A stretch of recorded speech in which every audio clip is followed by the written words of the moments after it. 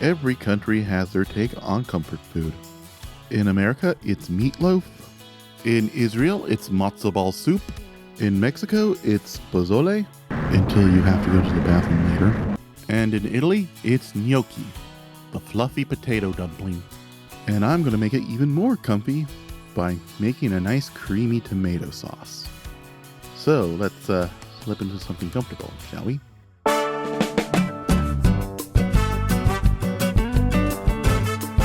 Okay, before we begin, let's grab roughly 2 pounds of russet potatoes, clean them, peel them, and boil them for about 20 to 30 minutes. And here's what they all look like. Hey, have you forgot the name of my channel is Chase Cuttin Kitchen? I'm taking this channel back to its roots. Oh, that I got errands to run once I'm done filming. Let's rice the potatoes. No, it doesn't mean getting our potatoes and giving them a nice orange polo. Although seriously, Nigel, I'm always up for a collab. Hit me up. It just means we're going to mash these into a super duper fine consistency. Also, spend money on a good potato ricer. Don't settle for the cheap stuff you see on Amazon. Seriously, when I was testing out this recipe, I broke the old potato ricer. Oh, another thing why I did a filming shortcut is because you gotta work with these potatoes while they're still hot. Alright, into the bowl, let's crack in 1 egg. And then let's add 1 cup of flour. Let's get everything a good mixing. Alright, the mixture is mostly homogeneous. Let's knead it by hand. And yes, I'm forming it in a bowl. It just makes cleanup easier. Okay, once the dough begins to get a little sticky, let's just add a 1/4 cup of flour. Keep kneading until those no longer sticky. Okay, the dough's no longer sticky. If it is, it's only slightly sticky. Let's cut this into quarters. And roll this out to the width of 1/2 inch thickness. Think slightly smaller than a gumball. Alright, and let's dice these into little pillows. Okay, now that all of our little gnocchis have formed, let's form them. Although this step is optional. Oh please, you don't need to be super fancy. You can go ahead and skip this. No. As a chef, you're supposed to put in the extra work. We don't want a repeat of the no fondue pot fondue video now, do we? True, but if you do, that means you won't have any energy left to move all this filming equipment back into your room. If you do, the gnocchi will hold on to more sauce. Oh, that's a good idea. Let's form them.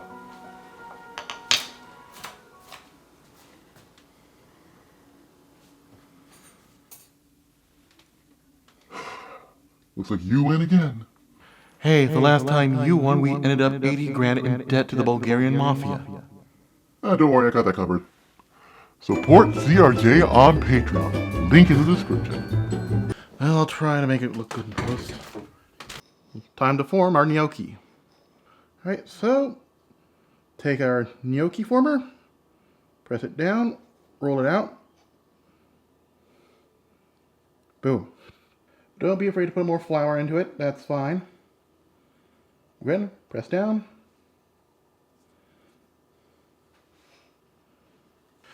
Okay, after meticulously forming every last single gnocchi, it's time to cook them. I have here on the stove a pot full of, well, yet to be boiling water.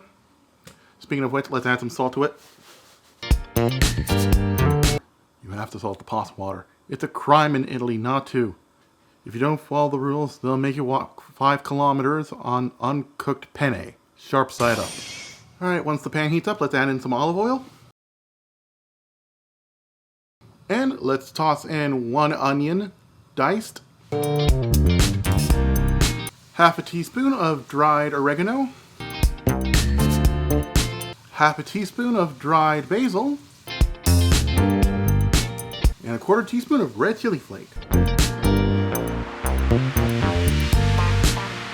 Let's season everything with 1.5 teaspoons of salt and 1/2 teaspoon of black pepper. Cook until the onions turn translucent. Alright, once the onions turn slightly translucent, let's add 5 to 7 cloves of minced garlic. It depends how garlicky you like it. And I ain't no greenhorn.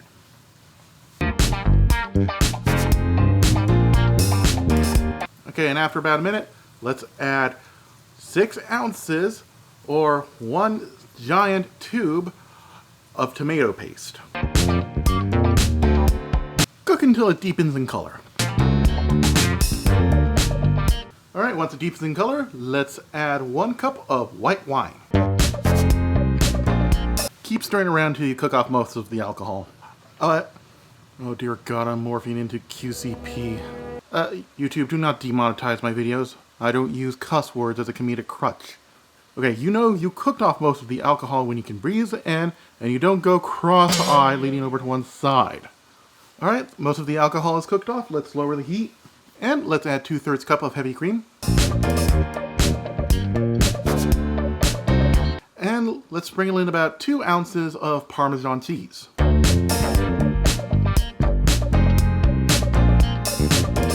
Okay, once the cheese is incorporated, kill the heat. And let's add in our gnocchis to the boiling water. Oh, now don't overcrowd the pot. I'm doing this in batches. Okay, once the gnocchis all float to the top, grab a slotted spoon and transfer them to our sauce. Don't worry, it's okay if a little pasta water gets in there. Alright, now let me take care of the rest.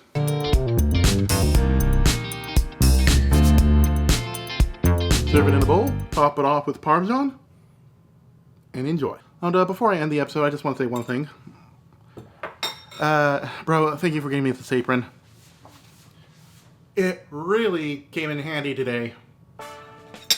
This has been Jay's Cuttin Kitchen. I'm CRJ, making cooking fun and meaning it this time.